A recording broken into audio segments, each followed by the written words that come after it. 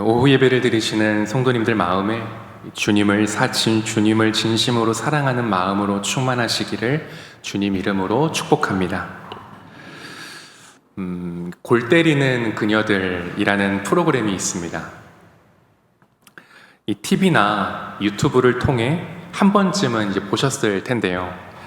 다양한 직업을 가진 여성들이 한 팀을 이루어서 축구를 하는 그런 콘텐츠입니다.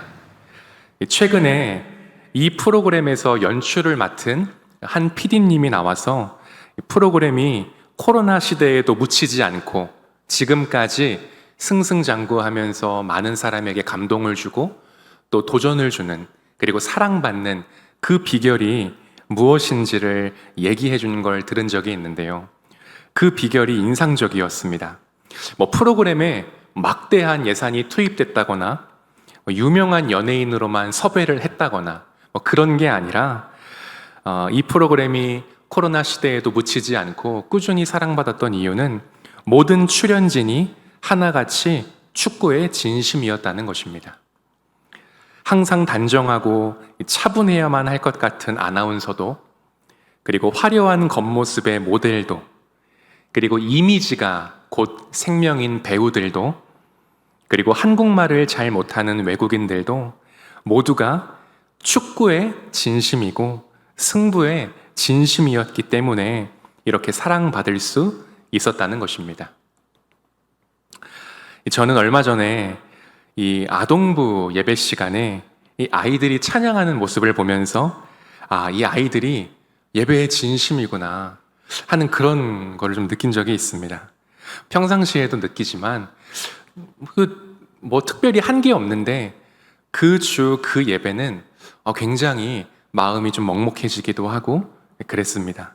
제가 영상을 그래서 한번 찍었는데 한번 보시겠습니까?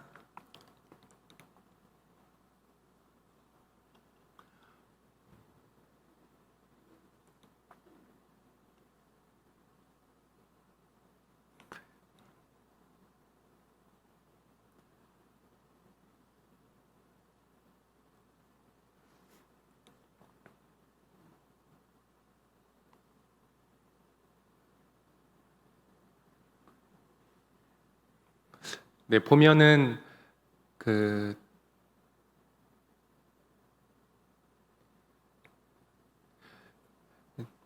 저 지금 그냥 보면은 저 영상이 한 20초 정도 되는 이제 아동부 찬양 시간의 모습을 찍은 건데요. 저희 아동부가 매 주일마다 한 10분에서 15분 정도 찬양을 하는데 전날은 특별히 좀 아이들이 많이 저렇게 앞에 나가가지고 찬양을 하는 모습입니다. 이나라 선생님을 비롯해가지고 황용화 선생님, 안치원 선생님의 찬양팀을 맡아서 하는데 전날은 아이들이 이렇게 회중석에 앉아있는 아이들은 없고 거의 없고 다 앞에 나가가지고 막 찬양을 하는데 너무 막 제 가슴이 먹먹하고 그런 겁니다. 그래서 지금 영상이 제가 좀 실수가 있는 것 같아서 재생은 안 되는데 저렇게 회중석에 서 있는 아이들은 별로 없고 다 저렇게 선생님들 옆으로 가서 너나 할 것 없이 춤을 추는 그런 20초의 영상입니다.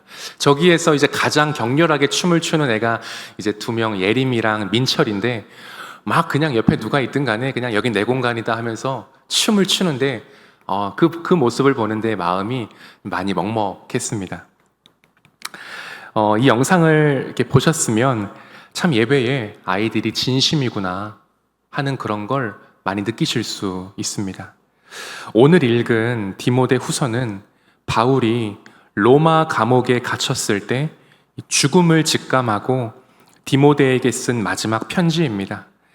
오늘 본문을 통해 바울은 죽음 앞에서도 무엇의 진심이었는지를 좀 크게 2가지로 좀 살펴보도록 하겠습니다. 첫 번째는 바울은 예수님께 진심이었습니다. 우리 12절을 함께 읽겠습니다. 시작. 무릇 그리스도 예수 안에서 경건하게 살고자 하는 자는 박해를 받으리라. 아멘. 바울은 이 박해라는 말을 굉장히 좀 쉽게 하는 것 같습니다. 마치 예수님 제대로 믿으려면 이 박해 정도는 당연한 거 아니야? 하는 그러한 뉘앙스의 좀 의미가 담겨 있는 것 같습니다. 그런데 이 말에는 바울의 이 엄청난 부끄러움과 그리고 엄청난 믿음이 동시에 담겨 있습니다. 이 말에 믿음이 담겨 있다는 건 알겠는데 부끄러움은 무슨 뜻인가 싶으실 텐데요. 잘 아시다시피 바울은 박해자였고 살인자였습니다. 사도행전 6장에 보면 초대교회가 짧은 시간에 엄청나게 부흥합니다. 하루하루 엄청나게 많은 사람들이 몰려오는데 얼마나 할 일이 많았겠습니까? 그러니까 이 사도들이 기도와 말씀에 집중을 할 시간이 없는 겁니다. 그래서 정말 믿음 좋고 성령 충만한 사람 7명을 세우기로 결의를 하고 공정한 방식으로 7명을 세웁니다. 사도행전 6장 5절에 보면 온 무리가 이 말을 기뻐하여 믿음과 성령이 충만한 사람 스데반과, 이 스데반이 7명 가운데 첫 번째로 적힌 걸 보면 아마도 그가 가장 많은 득표수로 제일 먼저 선출됐기 때문일 것입니다. 그런데 그 스데반을 박해하고 죽인 장본인이 누구죠? 바울입니다. 그런데 바울은 초대교회 핵심 멤버인 이 스데반을 죽인 것으로도 부족해 더 많은 사람을 박해하고 더 많은 사람을 죽이고 싶어서 다메섹으로 급히 가던 길에 예수님을 만납니다. 사도행전 8장 4절 5절입니다. 이 말씀이 되게 중요한데요. 우리 함께 읽겠습니다. 시작. 사울아 사울아 내가 어찌하여 나를 박해하느냐 하시거늘 대답하되 주여 누구시니이까 이르시되 나는 내가 박해하는 예수라. 지금 예수님은 바울에게 이 박해라는 말을 거듭 사용하십니다. 다른 말도 있고 다른 단어도 많은데 굳이 바울에게 박해라는 표현을 쓰심으로 사도 바울의 가슴을, 그의 삶을 갈갈이 찢겨내십니다. 이게 무슨 뜻이냐면 네가 지금 진심으로 임하는 그 일은 옳은 일이 아니라 그른 일이고, 네가 나를 위해 일을 한다고 하지만 그건 나를 위해 하는 일이 아니라 나를 박해하는 일이다 라는 것입니다. 그러니까 바울이 쓴 13개의 편지 가운데에서 이 박해라는 말을 쓸 때마다 바울은 어떤 의미를 가지고 쓰고 있는 거냐면, 하나는 스티그마, 예수님을 따르다가 얻은 영광스러운 흔적이라는 의미를 담고 있는 것이고, 또 하나는 예수님을 만나기 전에 자신이 저지른 박해와 살인이라는 끔찍한 일에 대한 부끄러운 마음으로 쓰고 있는 것입니다. 그런가 하면 바울의 고백에 이 엄청난 믿음이 담긴 이유는 당시 시대 상황을 보면 알 수 있습니다. 당시 로마 통치자는 네로 황제였습니다. 네로 황제 하면 떠오르는 키워드가 화면에 보이듯 로마 대화재입니다. 로마에 엄청나게 큰 화재가 일어났습니다. 그 피해가 어느 정도였냐면 당시 로마 행정구역이 14개 도시였는데 일주일 동안 10개의 도시가 타버리고 4개 도시만 겨우 살아남았습니다. 그러니까 한 나라에 반절하고도 그 반절이 타버리고 3분의 1만 남은 꼴입니다. 이 문제로, 근데 문제는 네로 황제가 이 엄청난 일을 수습하기 위해 꺼낸 정책이 그 화재를 일으킨 주범으로 그리스도인들을 뽑은 것입니다. 그래서 이때 엄청나게 많은 그리스도인이 감옥에 끌려갔고 정말 갖가지 방법으로 죽임을 당했습니다. 그 로마 감옥에 지금 바울이 갇혀 있는 거예요. 이때 바울의 나이를 여러 학자들은 65세에서 66세쯤이었을 것이다 라고 추정합니다. 그리고 바울은 이 감옥에서 내가 여기에서 살아나가지 못하겠구나 라는 걸 직감하고 마지막으로 사랑하는 아들 디모데에게 편지를 쓰고 있는 것입니다. 여러분, 이러한 상황에서 바울은 아들 디모데에게 예수님을 진심으로 사랑하고 예수님을 진심으로 따르는 사람이라면 박해를 받는 게 당연하다고 가르치고 있습니다. 입장을 바꿔서 여러분이 지금 바울과 같이 감옥에 갇혀 있다고 생각해 보십시오. 하루하루 나와 함께 수감되어 있던 앞동네, 옆동네, 대각선 한 사람 한 사람 한 사람씩이 예수를 시인한다는 이유로 죽임을 당하고 있습니다. 이러한 상황 가운데 만일 제가 바울의 입장이라면 어떻게 하면 내가 감옥에서 나갈 수 있을까? 내가 세운 교회 안에 나를 꺼내줄 수 있을 만한 힘 있는 사람은 없는가? 이러한 생각들을 자연스럽게 해보지 않겠습니까?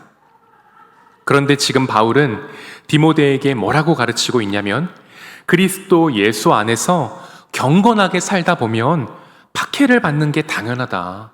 그러니까 지금 네가 믿고 있는 예수님을, 네가 걷고 있는 예수의 길을, 내게 맡겨진 사명에 진심으로 계속 임하라고 가르치고 있습니다.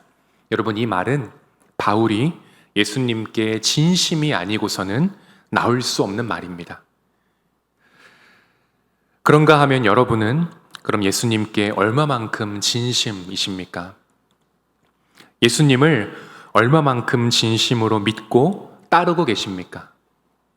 바울은 예수님께 진심인 사람의 삶에는 박해가 있다고 말했습니다. 그러니까 지금 내 삶에 박해가 있고 어려움이 있다면 여러분 좌절하지 마십시오. 그건 내가 예수님을 진심으로 믿고 있고 제대로 따르고 있다는 스티그마, 흔적이고 자랑스러운 영광입니다. 나를 사랑하사 나를 위하여 자기 자신을 버리신 하나님의 아들을 믿는 그 믿음에 진심인 성도님들 되시기를 주님의 이름으로 축복합니다. 마지막으로 바울은 성경의 진심이었습니다. 우리 14절을 함께 읽겠습니다. 시작. 그러나 너는 배우고 확신한 일에 거하라. 너는 내가 누구에게서 배운 것을 알며. 아멘. 여러분, 디모데후서 3장에 보면 그 소제목이 뭐라고 적혀 있지요? 성경책마다 조금 다르겠지만 제가 가지고 있는 책에는 마지막 가르침이라고 적혀 있습니다. 디모데후서 3장은 바울이 이 땅에서 디모데에게 건네는 마지막 가르침입니다. 만일 여러분이 내일, 오늘 말고 내일 죽는다고 생각해 보십시오. 여러분이 내일 죽습니다. 그러면 오늘까지만 살 수 있는데 오늘 내 사랑하는 자녀들을 모아놓고 마지막으로 무슨 말을 강조하고 가르치시겠습니까? 싸우지들 마라. 사이좋게 지내라. 내가 죽으면 이렇게 해줘라. 저렇게 해줘라. 이러한 말들이 떠오르시지 않습니까?